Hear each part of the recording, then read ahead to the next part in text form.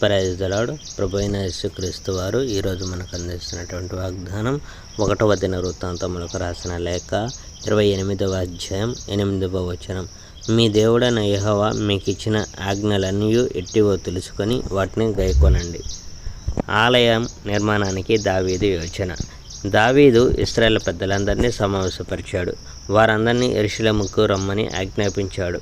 ఆయన పిలిచిన పెద్దలు ఎవరనగా వంశాల పెద్దలు, రాజు సేవలో ఉన్న సైనిక అధికారులు, 1000 మంది సైనికులకు అధిపతులు, 100 మంది దళాలకు అధిపతులు, రాజు యొక్క రాజకుమారుల యొక్క ఆస్తులను పశువులను కాపాడే అధికారులు, రాజు యొక్క ముఖ్య అధికారులు, పరాక్రమశాలురు మరియు వీర సైనికులు. రాజైన దావీదు నిలబడి వారిని ఉద్దేశించి ఇలా చెప్పాడు: సోదరులారా, నా ప్రజలారా, మీరంతా నేను చెప్పేది వినండి.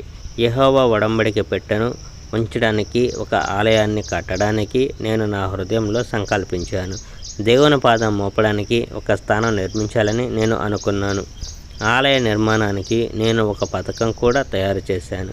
కానీ దేవుడు నాతో ఇలా అన్నాడు: దావీదు, వద్దు, నా పేరు మీద నీవు ఆలయం కట్టించకూడదు. నీవు సైనికుడవై అనేక మందిని సంహరించావు, అందువల్ల నీవు ఆలయ నిర్మాణం చేయకూడదు. ఇశ్రాయేలు దేవుడగు యెహోవా ఇశ్రాయేలు 12 వంశాల వారిని నడిపించడానికి యూదా వంశాన్ని ఎంపిక చేశాడు. మళ్ళీ ఆ వంశంలో నుండి నా తండ్రి కుటుంబాన్ని యెహోవా ఎంపిక చేశాడు. ఆ కుటుంబంలో నుండి ఇశ్రాయేలీలను శాశ్వతంగా ఏలడానికి యెహోవా నన్ను ఎంపిక చేశాడు.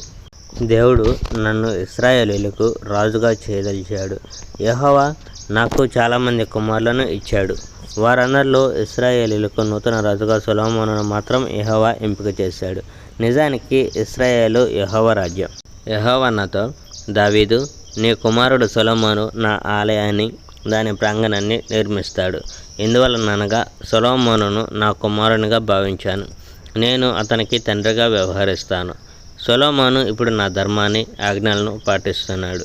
అతడు నా ధర్మాన్ని, న్యాయాన్ని నిరంతరం పాటిస్తే నేను సొలొమోను రాజ్యాన్ని శాశ్వతంగా బలవంతమైనదిగా చేస్తాను అని అన్నాడు.